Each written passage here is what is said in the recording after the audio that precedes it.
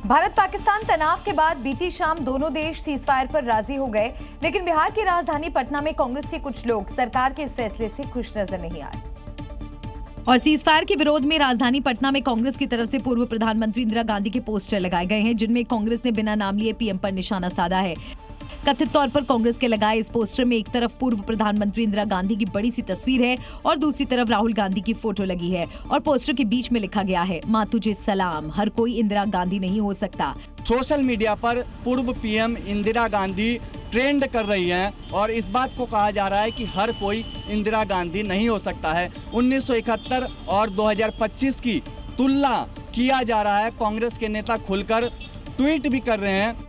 कांग्रेस ने जहां इस पोस्टर के जरिए सीजफायर को लेकर सीधे तौर पर केंद्रीय नेतृत्व पर हमला बोला, तो केंद्रीय मंत्री गिरिराज सिंह ने इस पर पलटवार किया। पूरी दुनिया ने भारत के ताकत को देखा है। पोस्टर कौन लगा रहा है इससे मुझे कोई मतलब नहीं है, लेकिन आज नरेंद्र मोदी को नजरअंदाज करके दुनिया में कोई नहीं चल सकता। बॉर्डर पर बड़े तनाव पर फिलहाल ब्रेक लग चुका है, लेकिन आतंकवाद के खिलाफ इस लड़ाई में प्रधानमंत्री रिस्क लेने के मूड में नहीं है। ऐसे में पीएम मोदी ने एक बार फिर दिल्ली में हाई लेवल मीटिंग की, जिसमें खासकर सीजफायर पर चर्चा हुई।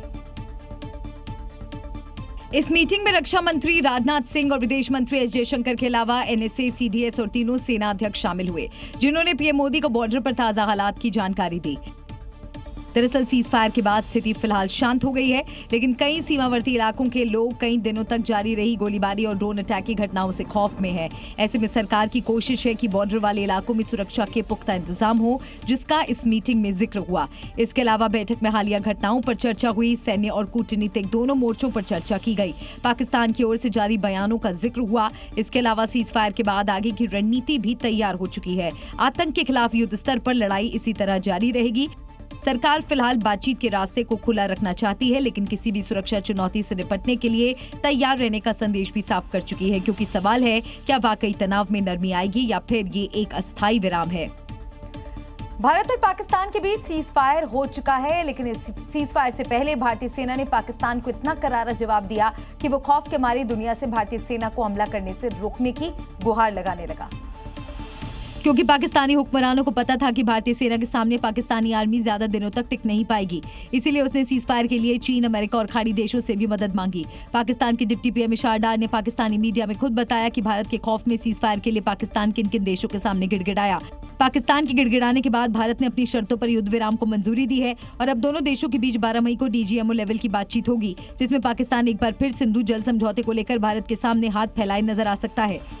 हालांकि भारत ने साफ कर दिया है कि दोनों देशों के बीच सीजफायर का असर सिंधु जल समझौते पर लिए गए फैसले पर नहीं पड़ेगा, यानी सीजफायर के बावजूद पाकिस्तान पर की जा रही वाटर स्ट्राइक जारी रहेगी।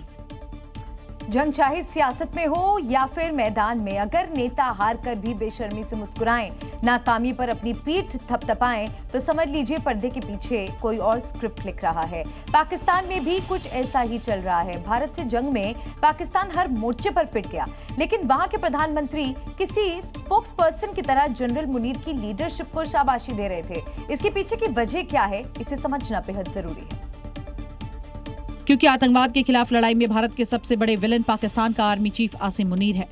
मुनीर ही वो चेहरा है जिसके इशारे पर पहलगाम में आतंकी घटना को अंजाम दिया गया। लेकिन भारत के ऑपरेशन सिंदूर से बर्बादी की कगार पर पहुंचा पाकिस्तान उसी आसिम मुनीर को अपना हीरो बना चुका है। ऐसे में सवाल है, आखिर पाकिस्तान में देश कौन चला रहा है? क्या मुनीर के इशारे पर चल रही है सियासत? और सबसे बड़ा सवाल, मुनीर की तारीफ के पीछे डर है या फिर रणनीति? ये सवाल इसलिए क्योंकि जंग में हार के बाद भी पाकिस्तान के प्रधानमंत्री बड़ी बेशर्मी से मुनीर की तारीफों के पुल बांध रहे हैं। पाकिस्तान की राजनीति में सेना का दखल कोई नई बात नहीं है, लेकिन इस बार सवाल ये है कि क्या शहबाज शरीफ वाकई प्रधानमंत्री है या सिर्फ एक स्पोक्स पर्सन? क्योंकि जिस जनरल मुनीर को लेकर पूरी दुनिया सवाल उठा रही है, आखिर शहबाज उसकी तारीफ क्यों कर रहे हैं? क्या ये तारीफ किसी दबाव में की गई या फिर डर सत्ता गंवाने का है?